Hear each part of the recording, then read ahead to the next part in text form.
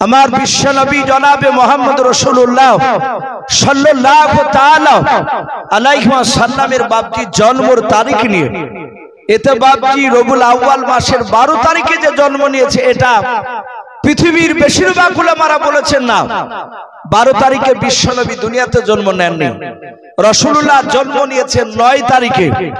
আরেক কিছু উলামা লিখেছেন যে না, রাসূল সাল্লাল্লাহু আলাইহি ওয়াসাল্লাম তিনি জন্ম নিয়েছেন 11 তারিখে, আবার কিছু বলেছেন 12 তারিখে।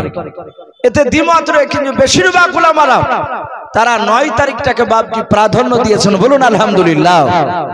এখন আপনার আমাদের প্রশ্ন হতে পারে, তাহলে 12 তারিখ, কিন্তু 12 তারিখের ব্যাপারে বাপজি রাসূলুল্লাহর ইন্তেকাল করার ব্যাপারে কারো দ্বিমত নয়।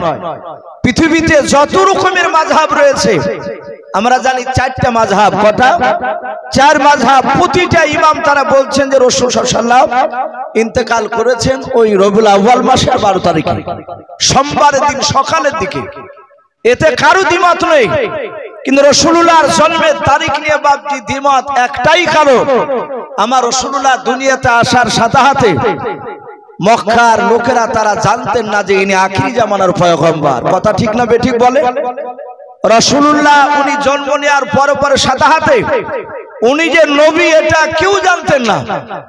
আল্লাহ রাসূল সাল্লাল্লাহু আলাইহি ওয়াসাল্লামের বাপজি তার অলৌকিক কিছু ঘটনা রাসূলুল্লাহর জীবনে বাপজি কিছু ঘটেছে, তখন মানুষ বলা বলি শুরু করেছে। কেমন করে? তাফসীরে বাপজি এসেছে, সিরাতে হানবিয়া বলে একটি কিতাব, রাসূলুল্লাহর জীবনী তাতে লিখেছে, আমার বিশ্ব নবীর বাপজি তখন বয়স মাত্র 8 বছর। কত বছর বললাম? 8 বছর। মক্কার লোকেরা তাও বাপজি জানতো না যে ইনি আখিরি জামানার পয়গম্বর রাসূল। এটা প্রকাশ হয়নি। আমার বিশ্ব নবী 8 বছর বয়সে, আমরা সকলেই জানি নবীর আপন দাদার নাম ছিল আব্দুল মুত্তালিব। কি নাম বললাম ভাই, একটু জোরে বলে? Abdul Muttalib. উনি কাবা শরীফের বাপজি দেখাশোনা করার দায়িত্ব পেয়েছিলেন। উনি এত সৎ মানুষ ছিলেন, তাই কাবা শরীফে বাপজি আমরা জানি একটা পাথর রয়েছে, যারা হাজী সাহেব আছেন এখানে, ওই কাবা শরীফের বাপজি ওই পাথরটাকে বাপজি মানুষ, পৃথিবীর মানুষ গিয়ে চুমা দেয়। অনেকে কাছে যেতে পারে, অনেকে কাছে যেতে পারে না, দূর থেকে ভাবে ইশারা করে। ওই পাথরটার নাম হচ্ছে হাজরে আসওয়াদ। কি বললাম? হাজরে আসওয়াদ, কালো পাথর। কিন্তু তাফসীরে এসেছে বাপজি ওই পাথরটা ছিল সাদা পাথর। বলুন আলহামদুলিল্লাহ। হাজরে আবিয়াদ ছিল সাদা পাথর। রাসূলুল্লাহ বলেছেন গোটা পৃথিবীর মানুষ হজ করতে যায়, ওই পাথরটা জান্নাতি পাথর। বলুন সুবহানাল্লাহ। গুনাহগার মানুষের গোনাকে বাপজি চুম্বকের মতো টেনে নেয়। পাথরটা সাদা থেকে কালো হয়ে গিয়েছে। ওই পাথরটা বাপজি সরিয়ে জায়গাটা একটু মেরামত করছিল রাসূলুল্লাহ, তখন 8 বছর বয়স। রহমতের নবী দাদা আব্দুল মুত্তালিব উনি ওই পাথরটাকে বাপজি সরিয়ে জায়গাটা একটু পরিষ্কার করে ওই পাথরটা এবার সরাবে কে? ওই পাথরটার নির্ধারিত জায়গায় কে নিয়ে যে রাখবে? এবার শুরু হয়ে গেল বাপজি ঝামেলা। আব্দুল মুত্তালিব তিনি মক্কার বাপজি কাবা শরীফের তিনি মুতাল্লি, সেক্রেটারি যাকে বলা হয়, উনি বললেন ভাই তুমি মোড়ল, তুমি যাও। যাহাতে একটা মোড়লকে হুকুম করলেন, পাশ থেকে আর একটা নয় 3টা মোড়ল তারা চিৎকার করে বলেছিল, এই আব্দুল মুত্তালিব, শুনে নাও, আমার পেছনে 1000 নয় কয়েক হাজার লোক রয়েছে, আমি কয়েক হাজার লোকের আমি নেতা। ওই লোকটা পাথর যদি সরায় আমি কেন পাবো না? পাথরও সরাবে না, বাচ্চা বংশ আমার বড়, আমার পেছনে লোক আছে, আমি সরাবো। আব্দুল মুত্তালিব বলে না ভাই, তাহলে ওকে দাও, আরেকজনকে দেওয়া হোক। এভাবে 4টা দলের 4 নেতা তারা ঝামেলা শুরু করে দিল। পাথরটা সরাবে কে? এই ঝামেলা 1 নয় 2 নয়, প্রায় মোটামুটি বাপজি 18 দিন ধরে চললো। কতদিন বললাম? 18 দিন ধরে মীমাংসা করতে পারে না।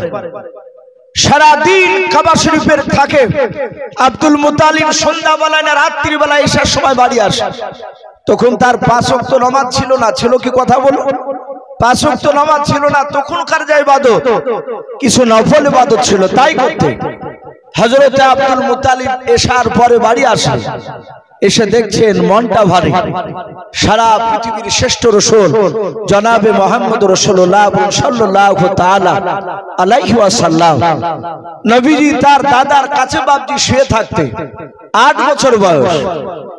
আল্লাহ রাসূল বলেন, ওগো দাদা, আপনাকে আমি কয়েকদিন থেকে দেখলাম, আমি দেখতেছি আপনি কাবা শরীফ থেকে বাড়ি ফেরার পর আপনার মনটা কেন ভারী দেখতে লাগে বলেন। হযরত আব্দুল মুত্তালিব রাসূলুল্লাহর হাত দুখানা ধরে বলেছিল, ওরে আমার ভাই শুনে নাও, আজ 1 না 2 না 18 দিন হতে চললো। ওরে আমার ভাই, কাবা শরীফের পাথর নিয়ে ঝামেলা শুরু হয়েছে। ওই পাথরটা 4টা মোড়ল নিয়ে টানাটানি শুরু করে দিয়েছে। ও বলছে আমি সরাবো, ও বলছে আমি সরাবো। একজন ব্যক্তিকে হুকুম দিলে আর 3 জনে মারামারি করতে চাইছে। ওরে ভাই, আজ 18 দিন ধরে মীমাংসা করতে পারে নাই। আল্লাহ রাসূল বললেন, গো আমার দাদা, চিন্তা করবেন না, আগামী সকালবেলা আমাকে নিয়ে যাবে। আব্দুল মুত্তালিব বলল, ভাই বহু লোক আছে, তারা তো মীমাংসা আনতে পারে। বলল, হ্যাঁ আমাকে নিয়ে চলেন না। সকালবেলা নিয়ে গিয়েছে। কাবা শরীফে দেখছেন 4 দলের পেছনে 4টা যে নেতা আছে, প্রতিটা নেতার পেছনে কয়েক হাজার করে লোক, সব জায়গা জায়গা বাপজি তারা দাঁড়িয়ে আছে অস্ত্র হাতে করে। সেই সময়টাকে বাপজি জাহেলিয়াতের যুগ বলা হতো, অন্ধকারের যুগ। মানুষ সেই সময় মীমাংসার দিকে মানুষ আসতে চাইতো না। তারা বংশের বাপজি বেশিরভাগ তারা আপনার বল দেখাতো।